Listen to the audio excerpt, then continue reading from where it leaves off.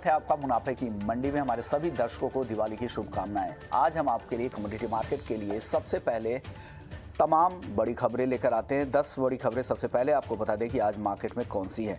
Gold और silver की बात करें तो दिवाली की छुट्टियों की वजह से यहाँ पर वॉल्यूम कम है और एक दायरे में ही कारोबार हो रहा है। बेहद ही छोटे रेंज में घूम रहा है। हालांकि शुरुआती ट्रेड में हल्की तेजी जरूर दिखी थी, लेकिन वो तेजी टिक नहीं पाई और अब दायरे में कारोबार कर रहा है। क्रूड की बात करें तो यहाँ पर तेजी हल्की सी बनी हुई है। ब्रेंट क्रूड का भाव $93 के ऊपर टिका हुआ है। नेचुरल गैस कल मोहर ट्रेडिंग में जबरदस्त तेजी दिखी नेचुरल गैस में। आज भी नेचुरल गैस में 2% के आसपास की तेजी है। 480 रुपए के आसपास MCX पर नेचुरल गैस का कारोबार हो रहा है।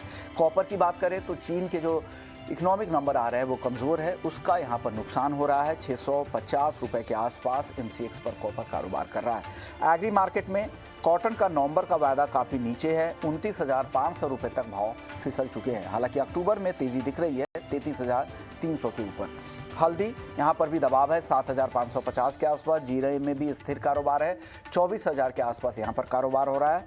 धनिया 11,400, हल्की गिरावट यहाँ पर दिख रही है। और कैस्टर ज़्यादा बुआई के नंबर आ रहे हैं। 7,100 रुपये के आसपास NCDX पर कैस्टर का वायदा ट्रेड कर रहा है।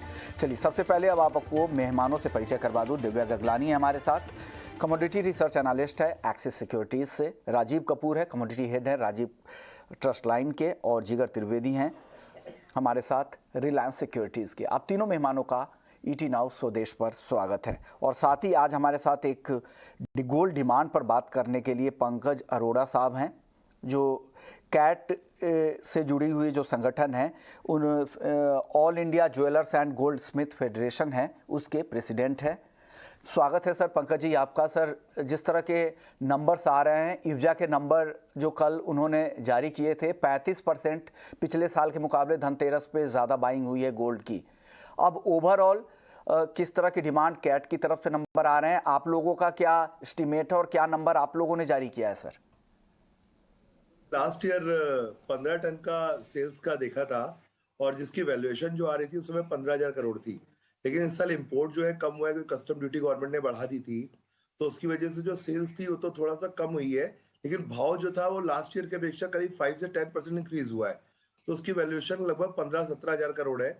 लेकिन सिल्वर को लास्ट ईयर के अपेक्षा सिल्वर 15% के आसपास काफी सस्ती रही थी, उसका बहुत बड़ी डिमांड निकल के आई है। जो लगभग टोटल गोल्ड सिल्वर का हम लोग अप्रोक्स जो देख रहे हैं वो 25,000 करोड़ का बिजनेस हम लोगों ने देखा है, क्योंकि लगभग देश में 1,50,000 ज्वेलर्स के आसपास भारतीय मानक ब्यूरो में रजिस्टर्ड ज्वेलर है। हम लोगों ने डेटा जो बनाया है वो 1.5 लाख ज्वेलर्स के हिसाब से तैयार किया है। और अनऑर्गेनाइज की बात करें जिनका रजिस्ट्रेशन नहीं है, तो लगभग वो भी ज्वेलर्स देश भर में लगभग 3 लाख के आसपास ज्वेलर है। 1.5 लाख रजिस्टर्ड है और जो भी शहरों में कंपलसरी नहीं हुआ है वहां के भी ज्वेलर्स है, तो हमने कंपलसरी वालों के हिसाब से बनाया है। पंकज जी ओके सर, और अगर आपने बोला कि अनऑर्गेनाइज प्लेयर्स की डिमांड भी काफ़ी ज़्यादा रही होगी, उसके नंबर हालांकि इफ्जा में नहीं दिख रहे हैं, उन्होंने अपने मेंबर्स की इसलिए कम दिख रहा होगा। आपने ये भी कहा कि पिछले सीजन के मुकाबले इस साल बम्पर बिक्री रही, तो ओवरऑल किस तरह के ट्रेंड है? क्योंकि आगे शादियों के सीजन भी शुरू होने वाले हैं जो 15 नवंबर से 15 दिसंबर के आसपास होंगे, तो किस तरह की फुल डिमांड है? मार्केट में डिमांड फुल है। लोगों के मन में सोना चांदी लेने के लिए कहीं कोई इनके दिमाग में तेजी वाली बात नहीं है। नॉर्मली उनको सस्ता ही मिल रहा है, लास्ट ईयर की अपेक्षा भी 50,000 51,000 का भाव जो होता है नॉर्मल फिजिकल गोल्ड लेने के लिए बहुत उपयुक्त है। और जिनके यहाँ शादी ब्याह उन्होंने लिया है, आगे भी लोगों में गोल्ड की डिमांड बनी हुई है, क्योंकि कस्टम ड्यूटी 5% बढ़ जाने से आम पब्लिक को इससे कोई लेना देना नहीं होता। उसके लिए गोल्ड का भाव ही इंडियन बायर के लिए ओनली फॉर, ना उनको रिसेशन से मतलब है ना किसी चीज से मतलब है, उनको गोल्ड सस्ता मिला, लोगों ने इसको जम के खरीदारी की है। सिल्वर और गोल्ड दोनों की खरीदारी जम के लोगों ने की है और आगे भी ये डिमांड बनी रहेगी। और गोल्ड के भाव 2023 में ऊपर आने के चांसेस है। अभी डॉलर इंडेक्स की वजह से जो गोल्ड के भाव थोड़े दबे हुए चल रहे हैं, वो थोड़ा सा भी और करेक्शन ड्यू है। उसके बाद गोल्ड में तेजी 2023 से देखने को मिल जाएगी। सर, अब ये तो बात हो गई, आपने कहा कि बम्पर बिक्री हुई भी है और आगे भी होगी और पिछले साल से काफ़ी ज़्यादा बिक्री हुई है और दाम भी लग रहा है कि अभी अट्रैक्टिव प्राइस पर है और आगे दाम बढ़ सकते हैं। लेकिन सर, किस टिकट साइज की बाइंग सबसे ज़्यादा हो रही है और किसकी? चांदी लोग ज़्यादा खरीद रहे हैं, गोल्ड ज़्यादा खरीद रहे हैं, ऑर्नामेंट्स खरीद रहे हैं, या इन्वेस्टमेंट बाइंग ज़्यादा देखने को मिल रही है? सर इन्वेस्टमेंट की बात करें तो सिल्वर बुलियन लोगों ने इन्वेस्टमेंट के रूप में ज्यादा किया है, और ज्वेलरी की बात करें तो लाइट वेट और बीच का, यानी कहने का कि जो सेल हुई है वो मिडिल प्रोडक्ट की हुई है, यानी हर 50,000 से लेके 2 लाख रुपए तक की सेल हर व्यक्ति ने अपने अपने बजट के हिसाब से ली है। लेकिन आप कहेंगे कि मतलब एज अ ट्रेंड कि हर व्यक्ति ने ही परचेजिंग करी है, कोई व्यक्ति छूटा नहीं है, क्योंकि उनके दिमाग में सोने में तेजी जैसी कोई बात नहीं थी। सोना महंगा शब्द नहीं था, सोना नॉर्मल था, तो हर व्यक्ति ने अपने बजट के हिसाब से अच्छी परचेजिंग करी है। शुक्रिया पंकज जी, आपने वक्त निकाला, पूरा एनालिसिस बताया कि मार्केट की क्या स्थिति है, कैसे इस बार बम्पर बिक्री हो रही है। लोगों के जहन में ये नहीं है कि इकोनॉमिक आंकड़े ग्लोबल लेवल पे क्या आ रहे हैं। जो डोमेस्टिक डिमांड है, एक पेंटअप डिमांड का भी फायदा मिल रहा है कि 2 साल बाद पूरी तरह से मार्केट खुला हुआ था, उसका भी फायदा मिला है। और जो इंडिया की जो ग्रोथ स्टोरी है उसका भी यहाँ पर फायदा लोग उठा रहे हैं। शुक्रिया सर एक बार फिर से आपका। चलिए वायदा बाजार की बात कर लेते हैं, जहाँ पर सुस्त कारोबार हो रहा है गोल्ड सिल्वर में। छुट्टियों का हफ्ता है, ट्रंकेटेड वीक है, इस वजह से भी उस तरह के इंटरेस्ट नहीं देखने को मिल रहा है। जिगर, आपको क्या लग रहा है गोल्ड और सिल्वर में यहाँ से तेजी कितनी दिख रही है? करंट लेवल पर क्या सलाह दे रहे हैं आप? Good morning mister Mohan. सबसे पहले तो ईटी नाउ स्वदेश आपको, मेरे दूसरे व्यूअर्स को भी, and my colleagues also, to everyone happy Diwali. Vishwa Mohan, अगर हम गोल्ड की यहाँ पे बात करें, मुझे थोड़ा बहुत यहाँ पे नेगेटिव अंडरटोन दिख रहा है। यस, रुपी में जो डेप्रिसिएशन हुआ था इस साल दिवाली टू दिवाली, जिसकी वजह से हमने इंडियन टर्म्स में गोल्ड में थोड़ा बहुत मोमेंटम देखा हुआ था। लेकिन अगर हम इंटरनेशनल फ्रंट पे बात करें, गोल्ड में हमने प्रेशर देखा था। आई थिंक ये प्रेशर आने वाले दिनों में बरकरार रहेगा। 2 नवंबर यहाँ यूएस की फेड की मीटिंग है, एक्सपेक्टेड है 75 basis points interest rate hike हो। एसपीडीआर गोल्ड ईटीएफ इन्वेस्टमेंट डिमांड भी नहीं बढ़ रही है, एंड मुझे नहीं लग रहा कि आने वाले दिनों में गोल्ड में कोई शार्प रैली आए। अगर रूपी में वापस एक रैली आ जाती है, सी अराउंड 83 लेवल्स यूएसडीआईएनआर में एक लेवल आ गया है रेजिस्टेंस का। सो आई डोंट थिंक यहाँ पे मार्केट में और कोई रैली आ सकती है यूएसडीआईएनआर में इमीडिएट टर्म में। अगर किसी को intraday, of course thinly traded volumes रहेंगे आज और कल, लेकिन किसी को यहाँ इंट्राडे में गोल्ड या सिल्वर में काम करना है, since we are talking about gold, मुझे लग रहा है बिकॉली करके चल सकते हैं। दिसंबर contract gold, one can go short around 50,600, 50,700 का स्टॉप लॉस लेके चल सकते हैं। 50,500, 400 के लेवल्स आज या कल देखने को मिल सकते हैं। राजीव जी, आपको भी दिवाली की बहुत बहुत शुभकामनाएं। सबसे पहले सर, आपका व्यू क्या है गोल्ड को लेकर? आपको क्या लग रहा है करंट लेवल पे, क्या सलाह दे रहे हैं आप? विष्णु जी, आपको, हमारे कोलिग्स को, सभी दर्शकों को बहुत बहुत मुबारकबाद दिवाली की। देखिए, गोल्ड में बिल्कुल जिगर ने ठीक बताया कि इंडियन मार्केट में इसीलिए पॉजिटिव एक साल में देखने को मिला। नंबर 1 डॉलर, इंडियन रुपी काफ़ी डेप्रिशिएट हुआ, प्लस एक 5% का जो इम्पोर्ट ड्यूटी हाइक था उसका इम्पैक्ट देखने को मिला। अभी मुझे ऐसा लगता है कि काफ़ी हद तक बहुत नेगेटिव चीज़ें मार्केट ऑलरेडी डाइजेस्ट कर चुका है, और जो 2 नवंबर को फेड का इंटरेस्ट रेट का एक मेजर डिसीजन आना है, उसको भी मार्केट 75 बेसिस पॉइंट को डाइजेस्ट कर चुका है। उसके अलावा अगर कोई ऐसा स्टेटमेंट आता है जिसमें एक अग्रेसिव स्टैंस देखने को मिलता है, तो वो गोल्ड को डेफिनेटली नेगेटिवली इम्पैक्ट करेगा। प्लस पीछे जो आंकड़े गए हैं उसमें काफ़ी मैन्युफैक्चरिंग जो डेटा रहे यूरोप के और यूएस के, वो ज़्यादा इम्प्रेसिव नहीं रहे, जिसके कारण हमने आज 1-2 दिन में गोल्ड में थोड़ा सा एक स्ट्रेंथ देखने को मिला है। बट इंटरनेशनल मार्केट में गोल्ड डेफिनेटली वीक है। बट आज इंट्राडे के लिए मुझे लगता है कि एक तेजी का ही ट्रेड ले सकते हैं। अराउंड 50,450 पर स्टॉप लॉस 50,200 का रखना चाहिए, और 50,850 का इसमें टारगेट सेट कर सकते हैं। और अगर थोड़ा मीडियम अवधि के लिए बात करूं तो गोल्ड एक मोटा मोटा दायरे में चल रहा है। इंडियन गोल्ड खासतौर पे 49,000 से 49,500 एक मेजर बेस है, प्लस 52,000 से 52,500 एक मेजर रेसिस्टेंस है। तो अभी फिलहाल तो जब तक फेड के इंटरेस्ट रेट की प्रक्रिया नहीं रुकती है, तब तक मुझे लगता है कि गोल्ड एक दायरे में ही रहना चाहिए, और ये 3,000 रुपए का एक दायरा मुझे लगता है आने वाली अवधि में सस्टेन करेगा, जब तक कि बाकी चीजें क्लियर नहीं होती हैं। दिव्या, आपको क्या लग रहा है गोल्ड में? और आपको भी happy Diwali sir. Good morning Vishwamohan ji, happy Diwali आपको, ईटी नाउ को, सारे दर्शकों को और सारे कलीग्स को। मैं अगर गोल्ड की बात करूं तो गोल्ड में हमें लास्ट वीक में एक रिकवरी देखने मिली थी फ्राइडे को लोअर लेवल से, क्योंकि डॉलर इंडेक्स जो है तो कमजोर हुआ था। और जैसे कि मेरे कलीग ने पॉइंट आउट किया कि जो डेटा भी आ रहा है यूएस से वो इतने स्ट्रांग नहीं आ रहे, तो ऐसा एक्सपेक्टेड है कि दिसंबर से शायद से रेट हाइक जो लोग है वो थोड़ा सा कम करेंगे, इतना हॉकिश नहीं रहेंगे, थोड़ा सा डोविश हो सकते हैं, तो उससे गोल्ड को सपोर्ट मिलेगा आगे जाके। और इंटरडे में मेरा भी जो है व्यू गोल्ड में बाइंग का ही रहेगा, अपन बाय ऑन डिप्स का रहेगा। अगर 5400 के अराउंड आता है तो वहां पे हम बाय करके चले, स्टॉप लॉस हम 5200 का रखें और टारगेट हम ऊपर में 50,650 का मेंटेन करें। अब चांदी की बात कर लेते हैं। हालांकि चांदी की जो शुरुआती तेजी थी वो अब यहाँ पर फिर से गायब हो गई है। राजीव जी, चांदी में क्या लग रहा है? चांदी में एक हमने बहुत अच्छी रैली देखी हमने फ्राइडे के सत्र में। करीबन 1,500 पॉइंट की एक रैली आई थी और मार्केट अब एक अच्छे रेसिस्टेंस जोन के आसपास पहुंच गया। मतलब 58,000 मुझे लगता है एक इम्पॉर्टेंट लेवल है।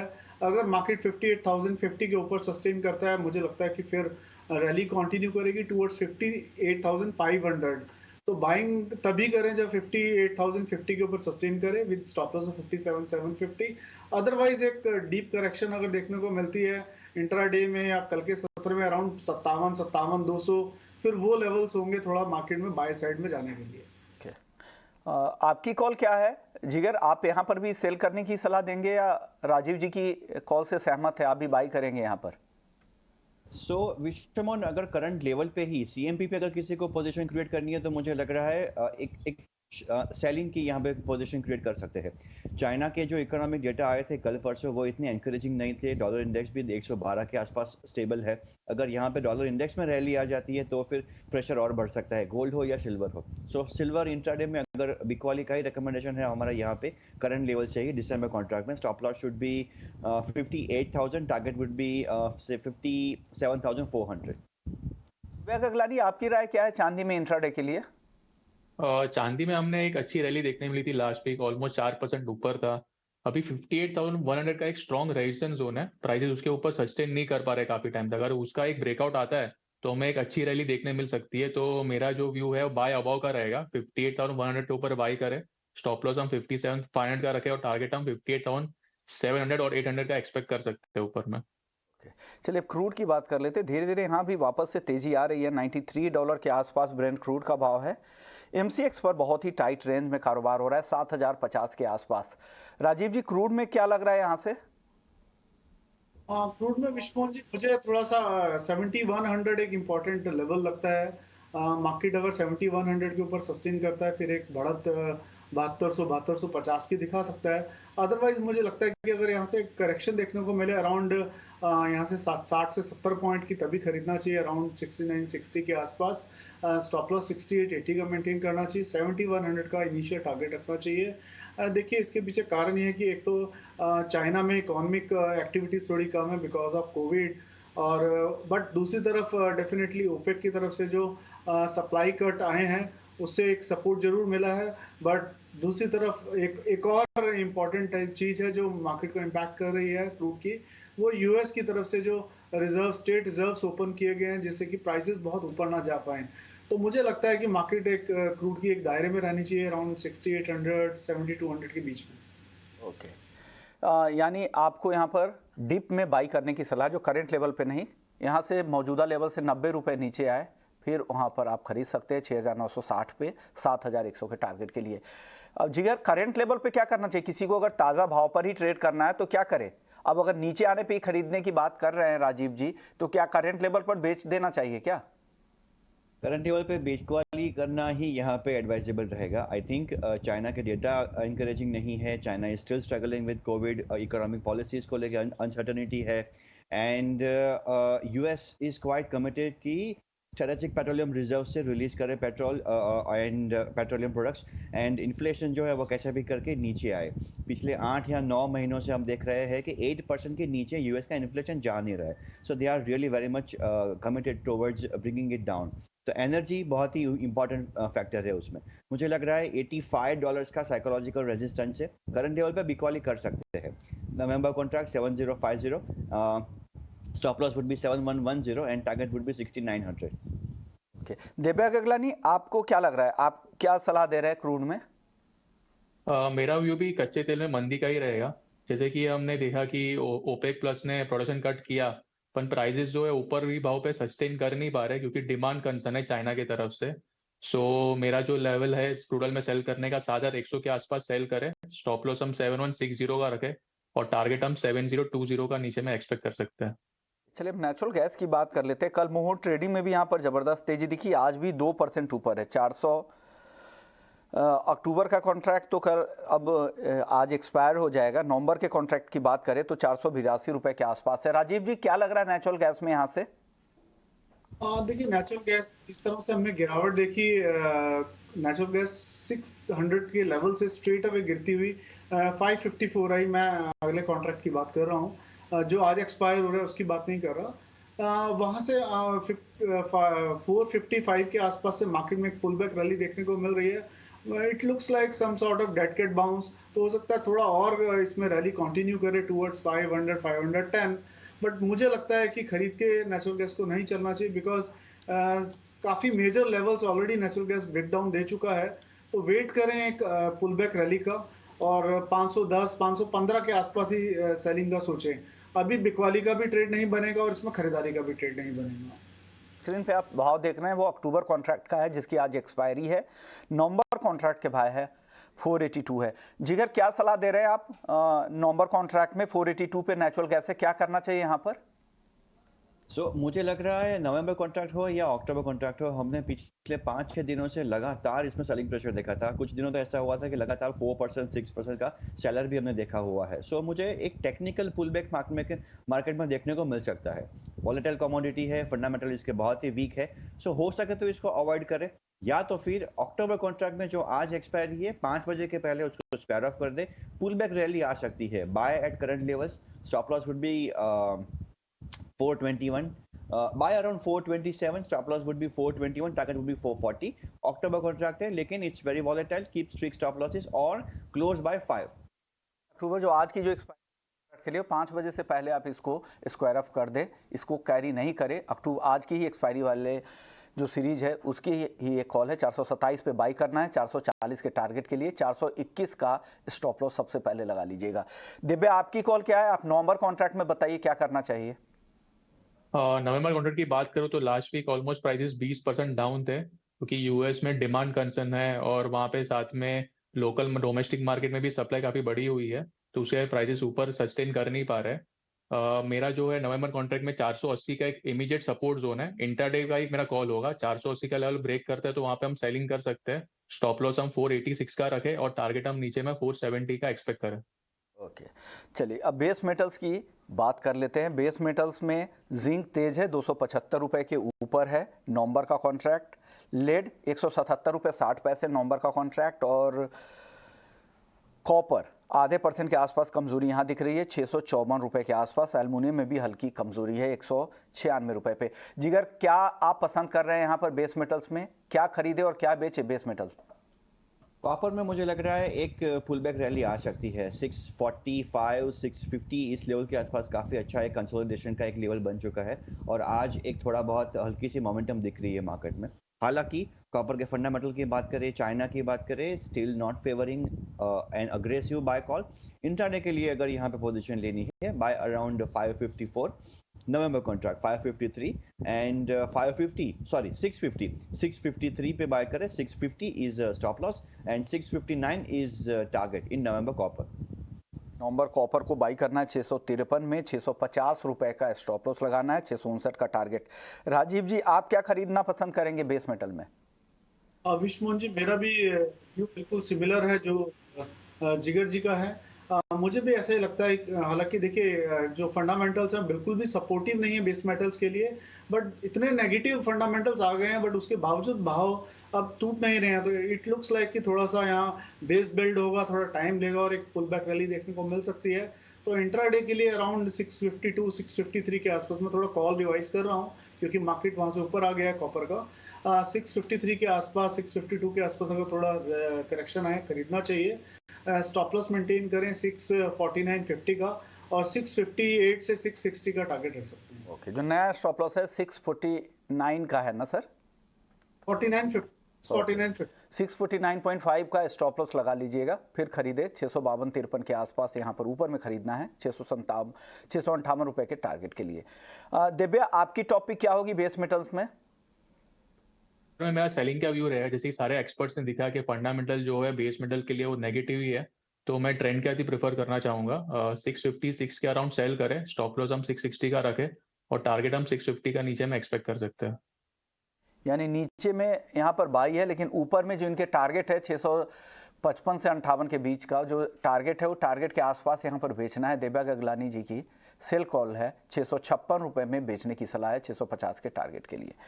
चलिए अब बात कर लेते हैं कुछ एग्री मार्केट की। एग्री मार्केट में ग्वार और ग्वार सीड, हालांकि आज एक दायरे में ही कारोबार हो रहा है। क्या लग रहा है ग्वार सीड और ग्वार गम में, राजीव जी? कि ग्वार सीड थोड़ा सा बेस बिल्ड कर रहा है, तो मुझे लगता है 4500 के बीच में अगर कोई करेक्शन मिले तो आई थिंक ग्वार को खरीदने के लिए प्रेफर करना चाहिए और स्टॉप लॉस मेंटेन करना चाहिए 4450 का। ये पोजिशनल कॉल है, इंटरडे कॉल नहीं है। 4450 के नीचे का स्टॉप लॉस रखें, 4550 के बीच में खरीदें और फर्स्ट टारगेट, इनिशियल टारगेट रखें 4800 का एंड सेकेंड टारगेट रखें 4900 का। तो ये भी। अब मसालों में आपका क्या आउटलुक है सर? मसालों में टर्मरिक काफ़ी कमज़ोर दिख रहा है, 7580 के आसपास 1.5% से ज़्यादा की गिरावट है। कोरिएंडर भी आज कमज़ोर है और जीरा बेहद ही टाइट रेंज में कारोबार कर रहा है, 24,000 के नीचे जीरा भी है। कोई टॉपिक है बेस स्पाइसेस में आज के लिए? विष्णु जी, टर्मरिक की मुझे लगता है कि एक अच्छी पुलबैक रैली बॉटम के लेवल से दिखा चुका है, अराउंड 6600 6700 से। तो मुझे लगता है कि टर्मरिक में एक सेलिंग का ट्रेड इनिशिएट किया जा सकता है अराउंड 7630 के आसपास और स्टॉप लॉस मेंटेन करके चलना चाहिए 7750 का। और नीचे में मुझे लगता है 7300 7350 ये लेवल्स देखने को मिल सकते हैं। टर्मरिक को सेल की तरफ देखा जा सकता है। और जीरे में मुझे लगता है कि थोड़ा मार्केट कंसोलिडेशन फेस में रहेगा बिटवीन 23,400 टू 23,700।